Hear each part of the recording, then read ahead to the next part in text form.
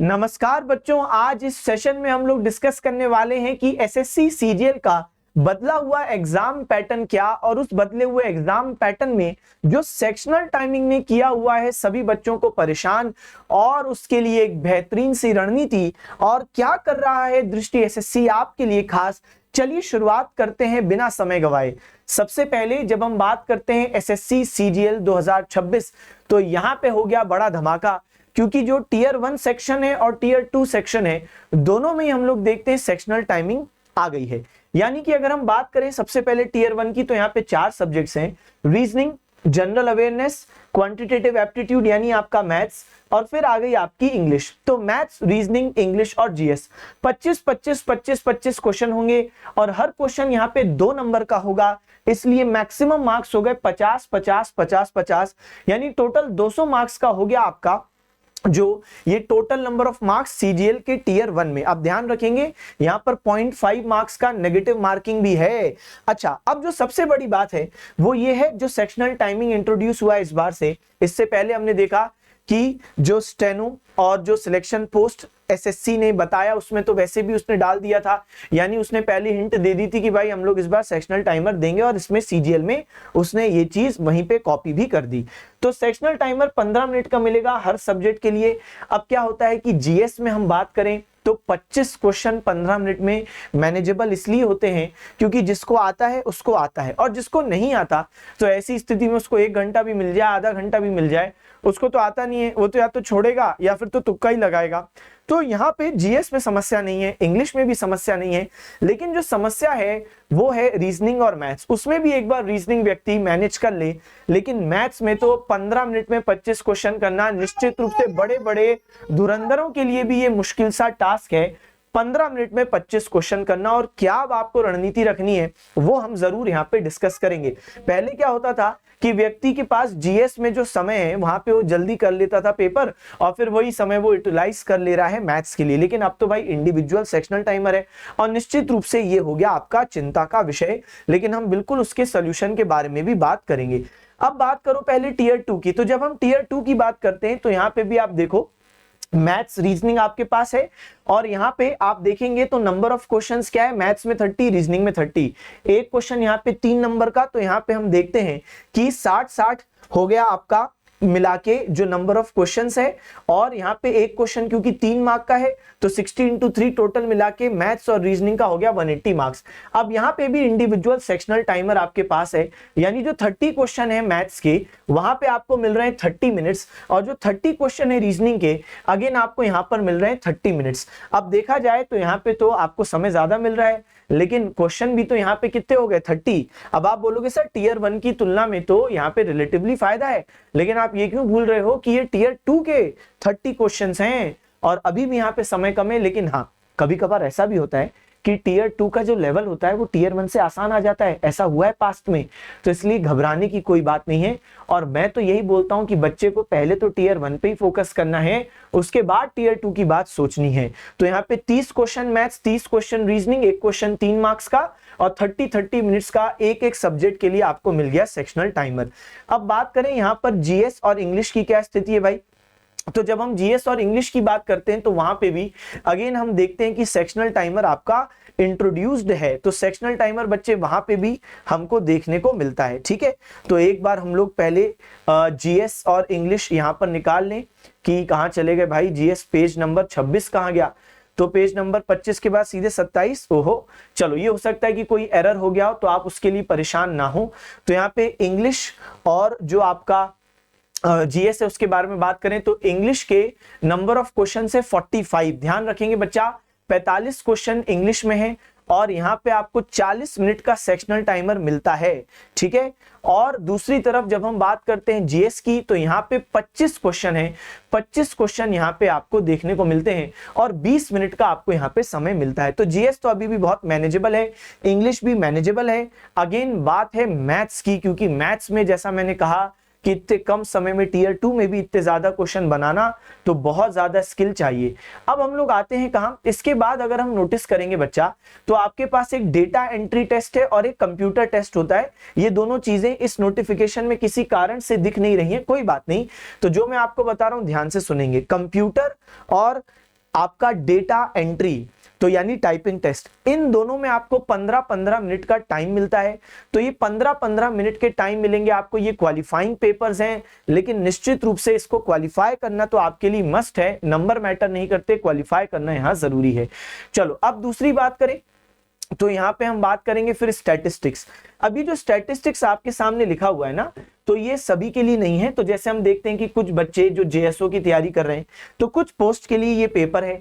इसके अलावा अगर हम देखें तो जनरल स्टडीज में आपका फाइनेंस एंड इकोनॉमिक्स, तो जैसे AAO की जो पोस्ट है वहां पे आपको ये पेपर देना है। लेकिन देखो इन सब चीजों में ना समय मिलेगा। जैसे अगर हम बात करें सीजीएल का जो टेंटेटिव डेट था वो था अगस्त सितंबर, सही है। अब मुश्किल ही दिख रहा है अगस्त में, तो क्योंकि अभी तक तो कोई अपडेट है नहीं, तो इसलिए मान के चलो सितंबर या शायद और भी थोड़ा आगे जाए जैसा हमको दिख रहा है।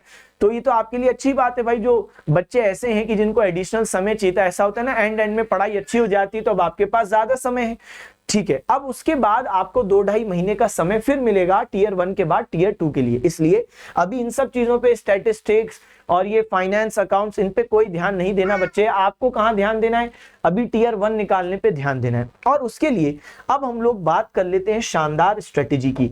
तो जब हम लोग बच्चे स्ट्रेटेजी की बात करते हैं तो हमारा ध्यान सीधे कहां पर फोकस्ड होना चाहिए। अब जो मैं आपको बताने वाला हूं, जो इस वीडियो को बनाने का सबसे महत्वपूर्ण टास्क था, जो एम था, उसके बारे में। तो यहाँ पे हम देखते हैं कि बच्चा आपको लगाने हैं अब नियमित रूप से मॉक। अभी तक आप फुल लेंथ मॉक अगर लगाते हो तो अब आपको फुल लेंथ मॉक नहीं लगा के सेक्शनल मॉक लगाने हैं। क्योंकि जैसा मैंने कहा फुल लेंथ मॉक में क्या होता था कि आपके पास ये लेवरेज होता था कि एक विषय में आपने समय बचा लिया और उसका इस्तेमाल आपने दूसरे विषय में, मैथ्स जैसे विषय में कर लिया। लेकिन अब क्योंकि 15 मिनट में 25 क्वेश्चन है टियर 1 में, तो इसलिए अब आपको सेक्शनल मॉक लगाने हैं, वो भी विद टाइमर।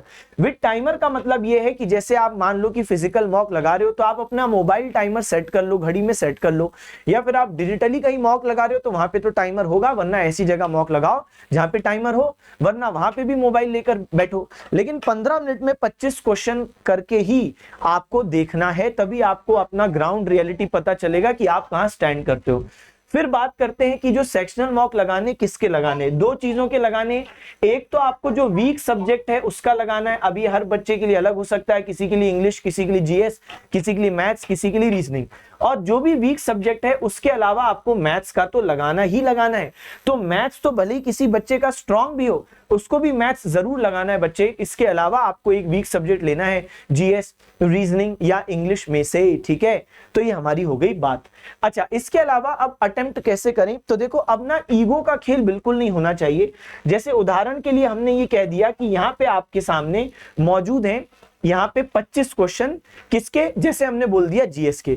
तो क्वेश्चन नंबर 1, 2, 3, 4, 5। अब आपको करना क्या है बच्चा, यहाँ पे आपको विशेष रूप से ध्यान देना है कि अगर कोई भी क्वेश्चन आपको प्राइमा फेसी पहली नजर में टफ दिख रहा है तो फिलहाल उसको स्किप करें। क्योंकि क्या होगा, जो बच्चे ने सोचा मैं तो बिल्कुल 1 बाय 1 अटेम्प्ट करूंगा, सारे क्वेश्चन अटेम्प्ट करूंगा और मैं तो ऑर्डर फॉलो करूंगा। बच्चे मान लो कि क्वेश्चन नंबर 1 आपका आसान था, आपसे बन गया, क्वेश्चन नंबर 2 टफ था बहुत, और आपने वहीं पे आपने जूझे रहे। आप एक तो संभावना ये भी है कि 2-3 मिनट का आपने समय दिया और आंसर निकला भी नहीं। और मान लो अगर आपका आंसर निकल भी गया तो ज्यादा में ज्यादा आपको कितने नंबर देगा, 2 नंबर लाके देगा। लेकिन ऐसे टफ क्वेश्चंस लगाने के चक्कर में मान लो आपके लास्ट के 3-4 क्वेश्चन छूट गए, मान लो 3 भी क्वेश्चन आपके छूट गए, तो ये 3 क्वेश्चन जो आसान थे, जो पूरी दुनिया ने बनाए, उनको कितने नंबर मिले, तो एक क्वेश्चन है 2 मार्क का, 3 क्वेश्चन सबने बना लिए ये इजी वाले, तो 6 नंबर मिले। और आपको क्या मिल गया, यहाँ पे बस 2 नंबर का आपको एक टफ क्वेश्चन में फायदा मिला, लेकिन 3 छूट गए उस चक्कर में। इसीलिए सबसे पहली चीज आपको ये करनी है कि आपको जो जो क्वेश्चन दिख रहे हैं कि ये आपकी रेंज के हैं, आप यहाँ पे स्ट्रॉन्ग फील कर रहे हो, आपका स्ट्रेंथ है, तो वहां पे आपको वो क्वेश्चन लगाते जाना है इजी वाले। और जो जो टफ दिख रहे हैं फिलहाल उसको छोड़ो, पहले आप पूरे 25 क्वेश्चन से गो थ्रू कर लो। 25 में से मान लो 12-13 इजी क्वेश्चन आपसे बन गए। अब आप रेस में बने हो, क्योंकि जो क्वेश्चन सब बना रहे हैं वो क्वेश्चन आप भी बना रहे हो। आप इजी वाले कोई क्वेश्चन ना गलत किए ना छोड़े। इसके बाद अब आ जाते हैं हम लोग वो क्वेश्चन जो आपने स्किप किए थे। अब जो स्किप किए हुए क्वेश्चन है, मान लो कि आपके पास बचता है 5-7 मिनट का समय, और आपके पास जो हार्ड और मॉडरेट स्तर के क्वेश्चन हैं अब आपने वो छोड़े हुए हैं। अब इस 5-7 मिनट के समय में अगर आपने मान लो कि 5-7 क्वेश्चन बना लिए, तो ऐसी स्थिति में आपका टोटल कितना हो जाएगा, जैसे मैं जीएस उठाया हूं मैंने, तो यहाँ पे आपका हो जाएगा बच्चे लगभग मान लो 17-18 क्वेश्चन, जो जीएस में बहुत अच्छा है कि 25 में से 18 क्वेश्चन हो गए।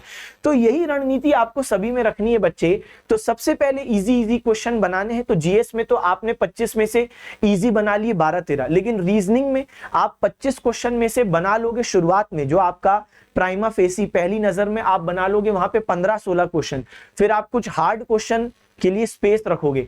तो कहने का मतलब है कि बच्चे ईगो की लड़ाई मत बनने देना, और बिल्कुल ये मत सोचना मैं बिल्कुल 1 बाय 1 करूंगा, जब तक आंसर नहीं निकलेगा मैं आगे नहीं बढ़ूंगा, ये रणनीति डुबा देगी। तो आपको क्या करना है, तो जो स्किप करना जानता है उस क्वेश्चन को, जो उसके रेंज के बाहर है, वो बच्चा इस बार सिलेक्शन लेगा। तीसरी चीज आपको करना है कंपलसरी एनालिसिस।